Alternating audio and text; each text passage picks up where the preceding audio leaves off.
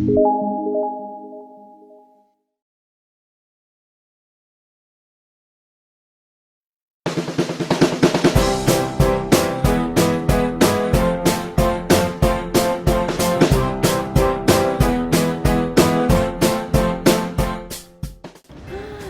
ได๋ดีเนาะใกล้สิฮอดมื้อพักประจำปีแล้วสิมีเงินไปเที่ยวภูเก็ตบ่เนาะเฮ็ดจังได๋ดีใจเด้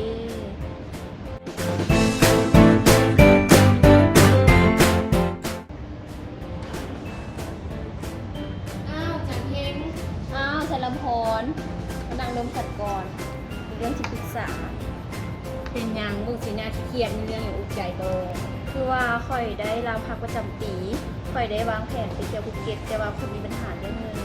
โอ้ค่อยก็คือกันวางแผนไว้ว่าอยากไปเชิญโตอยู่ประเทศจีนแต่ค่อยก็มีปัญหาเรื่องเงินคือกัน เขามีปัญหากันเลยเนาะ แม่น นี่เป็นไงดี จักสิเฮ็ดแนวใด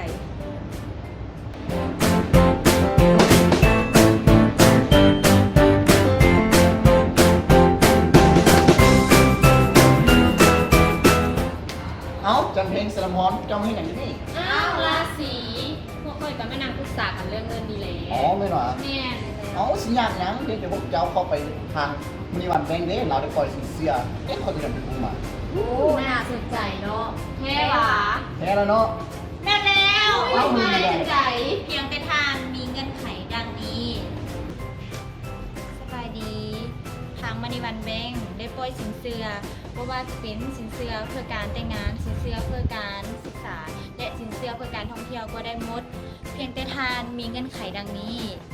สำหรับพนักงานรัฐไม่ว่าจะเป็นสินเชื่อเพื่อการแต่งงาน สินเชื่อเพื่อการท่องเที่ยว และสินเชื่อเพื่อการศึกษา เพียงแต่ทานเปลี่ยนเงินเดือนมาเป็นเงินกู้สูงสุด 10 เท่าของเงินเดือน อนุมัติเพียงแต่2 มื้อเท่านั้น พิเศษอัตราดอกเบี้ยแม่นต่ำระยะการชำระคืนแม่นยาวนาน และสำหรับพนักงานเอกชนเพียงแต่ท่านมีบัญชีเงินฝากมีกำหนดของไผก็ได้ที่ใช้มาเป็นหลักทรัพย์ค้ำประกัน หรือท่านสามารถเปิดเป็น OD ก็ได้กู้สูงสุด 5 เท่าของเงินเดือน อนุมัติไว้เพียงแต่2 มื้อเส้นเดียวกัน และอัตราดอกเบี้ยแม่นต่ำและระยะการชำระแม่นยาวนานเส้นเดียวกัน เพียงเท่านี้ท่านก็ใช้เงินได้อย่างสะดวกสบาย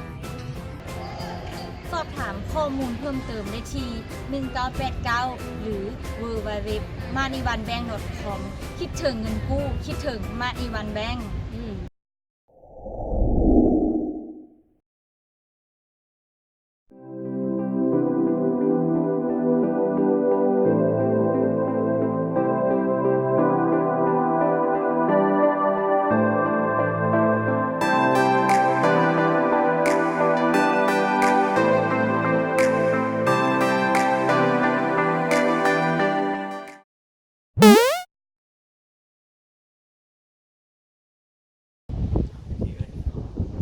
ส่วนพนักงานเอกชน